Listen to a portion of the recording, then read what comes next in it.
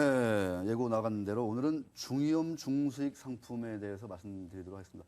사실은 이제 저금리 시대잖아요. 네, 그렇죠. 강은혜 기자. 중위험 중수익. 위험이 적절하고 수익은 또 나름대로 또 만족할 만한 이런 상품들이 인기다 이런 얘기인데 이 또 기고만장 기자실 딱 떴잖아요. 그 인컴펀드 강은혜 이런 거 실시간 검색어 1위에 딱딱 올라주고 이래야 되는데. 그렇죠. 강은혜 하면 딱 인컴펀드. 자, 강은혜 기자. 우리끼리 또 이렇게 자화자찬 이게 또 안 좋은 건데. 자, 인컴펀드 열기가 작년 말부터 상당히 좀 거셌었는데 지금도 매우 뜨거운가요? 어떻습니까? 네, 이 최근 시장이 박스권에 묶여 있고 또 뭐 저성장 저금리 기조가 이어지고 있습니다. 뭐 예전 같으면은 고위험 또 고수익 상품이 인기를 끌었다면은 그렇죠. 요즘에는 이 중위험 또 중수익 상품이 대세인데요. 그 중에서도 인컴펀드의 열기가 아주 뜨겁습니다. 인컴펀드는 쉽게 말하면 이 맞춤형 투자 상품인데요. 맞춤형 투자 상품, 채권이나 우선주, 또 부동산, 리츠 등의 국내외를 막론하고 안정적인 현금이 창출되는 모든 자산에 분산 투자를 해서 배당과 이자 소득을 챙기는 상품입니다. 지난해 8월 금융당국이 자산 배분형 펀드를 허용하면서 자산 운용사들의 인컴펀드 출시가 이어지고 있습니다. 현대증권 배성진 연구원의 인터뷰 영상을 통해서 어떤 상품인지 자세한 설명 들어보시죠. 네. 인컴이라고 하는 것은 이제 우리말로 이제 표현을 하게 되면 이제 소득이라 이렇게 표현할 수가 있잖아요. 그래서 아무래도 그 일반 주식에서는 고배당주를 통해서 이제 안정적인 배당 흐름을 얻을 수 있는 거. 그다음에 채권에서는 보통 일반 채권보다는 조금 더 높은 이자를 줄 수 있는 뭐 하이힐드라든가 이런 채권이 있을 수가 있겠고요. 그다음에 이제 부동산에서는 우리가 이제 리츠에 대한 투자를 통해서 그 임대 수익으로 발생할 수 있는 배당금을 받을 수가 있거든요. 이러한 자산들을 이제 투자를 해서 안정적인 소득을 좀 추구를 하는 것이 우리가 이제 인컴 펀드라고 볼 수 있다. 이렇게 좀 정의를 내리시면 될 것 같습니다. 네. 배성진 연구원이 인컴펀드 박사 같네요, 그죠? 네. 고배당주, 하이힐드 채권, 그다음에 리츠. 네. 여기에 이제 골고루 이제 자산을 분배해서 그 수익을 이제 투자자들에게 돌려준다. 뭐 이런 컨셉일 텐데. 네. 인기가 좋다. 이유가 있을 것 같습니다. 좀 정리 좀 해주시죠. 네, 현재 이제 인컴펀드는 우리나라뿐만 아니라 이제 미국이나 유럽처럼 네. 전 세계적으로 저성장 시대에 접어들었다 이런 고민이 커지면서 인컴펀드 열기가 뜨겁다고 합니다.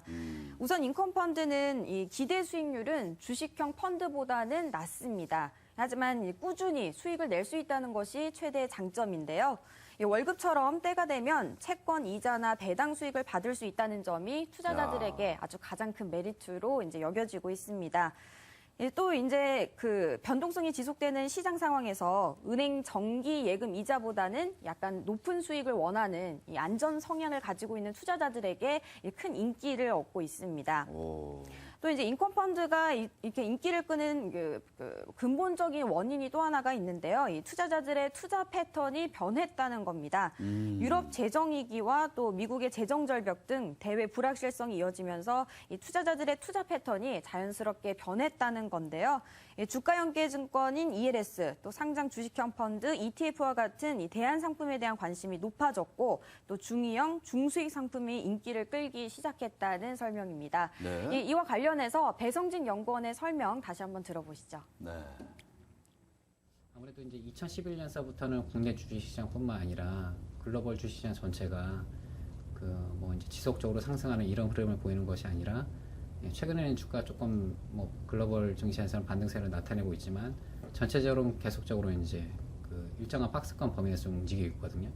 그러한 가장 큰 요인이 아무래도 이제 불확실성이 높다라는 거. 그다음에 이제 저금리가 지속적으로 좀 계속되다 있다 보니까 워낙에 이제 이자 소득만으로는 우리가 이제 원하는 수익을 낼 수 없다 보니까 그러한 환경에서 변동성은 상대적으로 낮은 걸 좀 추구를 하고 소득은 이자 소득보다는 조금 더 높은 소득을 좀 추구를 하다 보니까 그러한 그 투자자들의 니즈가 이러한 자산이 이제 좀 인기를 끌게 되는 이유로 좀 발전했다 이렇게 좀 보시면 될 것 같습니다. 네, 우리 배성진 연구원의 이 시선 이런 거 보니까 상당히 좀 샤이하신 것 같아요. 네. 네. 말투도 조심조심 그러니까요. 하시죠. 오, 알겠습니다. 저런 분들이 또 인컴펀드를 또 잘하시는군요.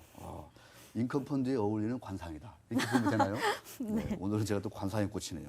자, 당분간 그러면 인컴펀드가 계속 잘 팔릴 수 있는 여건이다. 환경이다. 이렇게 좀 봐야 되겠죠? 어떻습니까? 네, 아무래도 이 전문가들이 이제 올해는 글로벌 저성장 기조가 이어질 거다 이렇게 보고 있기 때문에 인컴펀드에 대한 수요와 공급이 계속해서 늘어날 것으로 보고 있습니다. 네. 또 이제 여기에 한 가지 더하는 게 인구 고령화 문제도 빼놓을 수가 없는데요. 오. 이제 인구 고령화 사회에서는 이 무조건 위험 자산에만 이게 수익을 많이 창출하기 위해서 위험 자산에만 투자할 수가 없기 때문에 이 안정적인 수익을 추구하는 이 투자자들의 니즈가 늘어나면서 동시에 중위험, 중수익 상품의 인기가 이어질 거다. 따라서 인컴펀드의 인기도 계속 당분간 이어질 거다. 이렇게 설명을 하고 있습니다. 또 이제 운용업계 입장에서 보면요. 또 이제 현재 시장 상황에서 뭐 은행 금리 플러스 알파의 수익을 낼 만한 마땅한 투자 상품을 찾기가 매우 어려운 상황입니다.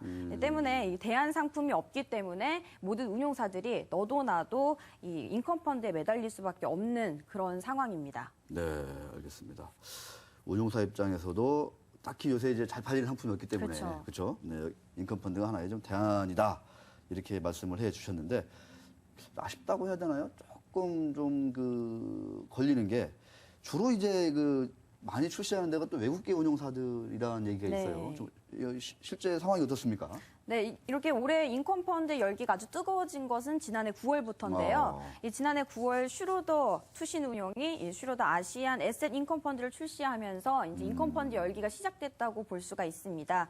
그 이후에 프랭클린 템플턴, 또 JP 모건자산운용 등 외국계 운용사들의 인컴펀드 출시가 본물을 이뤘습니다. 뭐 국내에서도 보면요, 미래에셋증권이나 한국투자신탁운용 등 이 국내 운용사들도 어느 정도 인컴펀드 출시에 가담하기는 했지만요. 이 외국계 운용사에 비해서는 그 참여도가 미미했습니다. 그 원인은 이 인컴펀드 상품 구조에서 찾아볼 수가 있는데요.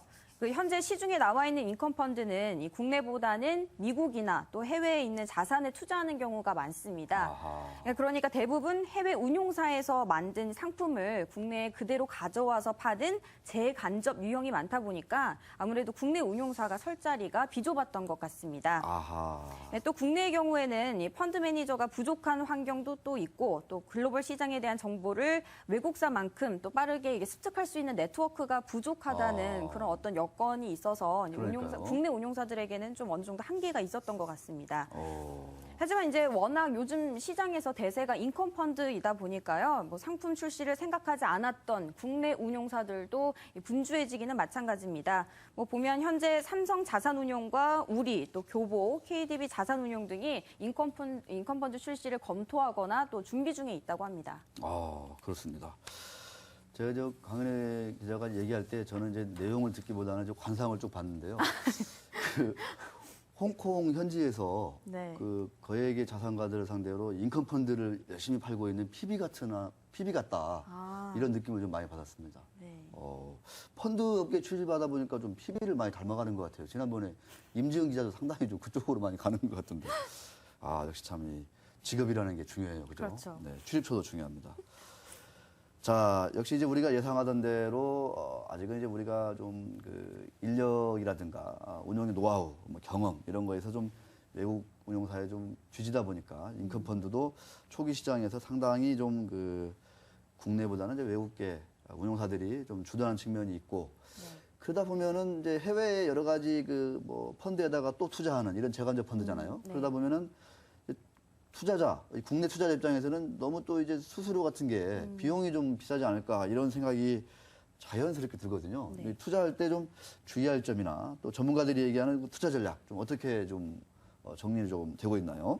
네, 우선 이 전문가들이 이야기한 인컴펀드에 투자 주의할 최대 점은요. 이제 네. 아무래도 운용사별로 같은 인컴펀드라고 해도 자산 배분 스타일이 다 다르기 때문에요. 이 수익률에도 큰 차이가 생길 수가 있다는 점입니다. 그렇죠.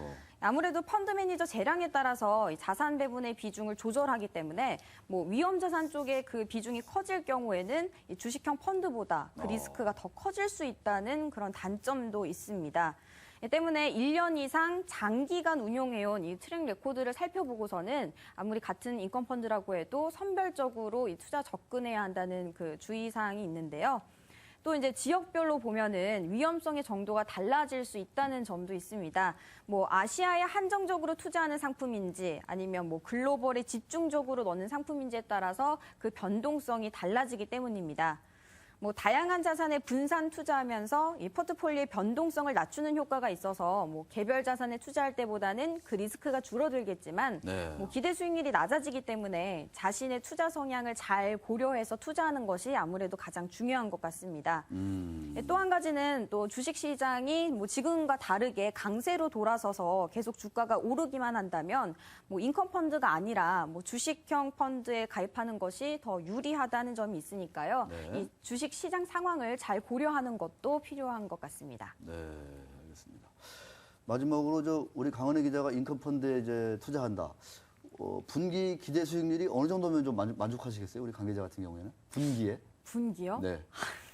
제 수익률을 수치로 얘기해도 되나요? 아니 그러니까 이거 기대하는 수익률이 어느 정도면은 이 정도 인컴 펀드면 상당히 좀 만족하겠다 뭐 이런 게 있을 거 아니에요. 저는 아직 딱히 기대 수익률까지는 안 봤고요. 네. 요즘에는 이제 아시아 쪽이 좀 대세다 이런 얘기가 있어가지고요. 네. 아무래도 뭐 ETF도 중국 본토 ETF가 인기인 것처럼 오. 아시아 쪽에 좀 그런 수익률이 좋다는 얘기가 많아서 그쪽으로 살짝 보기는 하고 있습니다. 아 그래요? 네. 오 알겠습니다. 아시아 쪽의 어떤 금융시장이라든가 주식시장이 상대적으로 좋기 때문에 그쪽으로 좀 뭔가 관심을 갖고 있다. 저는 분기 참고적으로 저의 개인적인 분기 기대 수익률은 무조건 두 자릿수입니다. 두 자릿수. 한 자릿수 저는 안 쳐다봅니다. 펀드도 분기에 두 자리는 돼야죠. 그래서 저는 펀드를 못 하고 있습니다. 죄송합니다. 자, 강은혜 기자와 함께 약간 좀 심각하지만 정말 좀 제가 작심하고 준비한 우리 BW의 어떤 실태와 문제점 어떻게 좀 고쳐나가야 될지 한번 파헤쳐보는 시간으로 넘어가도록 하겠습니다.